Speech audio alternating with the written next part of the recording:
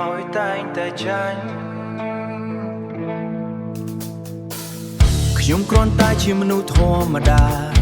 គ្មានឡានថ្លៃគ្មានវិឡាធំដូចគេរាល់ថ្ងៃខំធ្វើការស្ទើរដាច់ខ្យល់ដើម្បីអនាគតដែលគ្មានអ្នកណាមើលឃើញខ្ញុំស្រឡាញ់អូនពីបេះដូងពិតមិនធ្លាប់គិតថាអូនត្រូវការលុយតែថ្ងៃដែលគេមកជាមួយរថយន្តទំនើ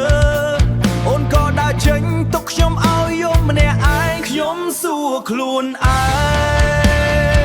ងតើស្នេហ៍ពិតមានតម្លៃប៉ុន្មានឬមនុស្សក្រីក្រគ្មានសិទ្ធិស្រឡាញ់អ្នកណាទេអ្នកមានឈ្នះអ្នកក្រនេះហើយជាចម្លើយនៃសង្គមសពថ្ងៃបេះដូងខ្ញុំស្មោះប៉ុណ្ណាក៏ចាញ់លុយគេ$1000អូនជ្រើសគេទឹកភ្នែកអ្នកក្រគ្មានអ្នកណាឃើញខ្ញុំស្រែកឡើងឲ្យមេឃលឺខ្ញុំស្រែកឡើងឲ្យមេឃលឺហេតុអ្វីអ្នកក្រតែងតែជាអ្នកចា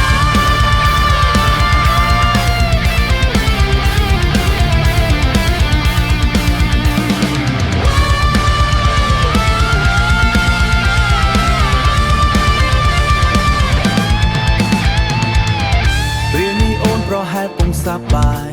នៅក្នុងភោជនីយដ្ឋានថ្លៃជាមួយគេចំណែកខ្ញុំគួយផឹកស្រាតអ្នកឯង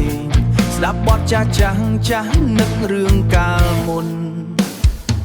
មិត្តភក្តិប្រាប់ខ្ញុំឈប់គិតទៅ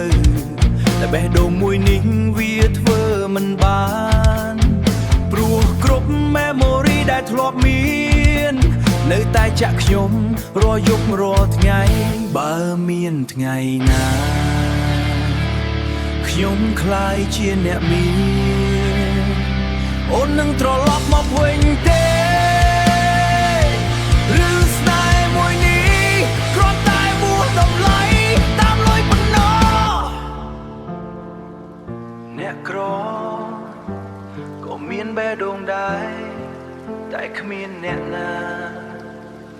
ចង់ស្ដាប់វាប៉ុណ្ណោះ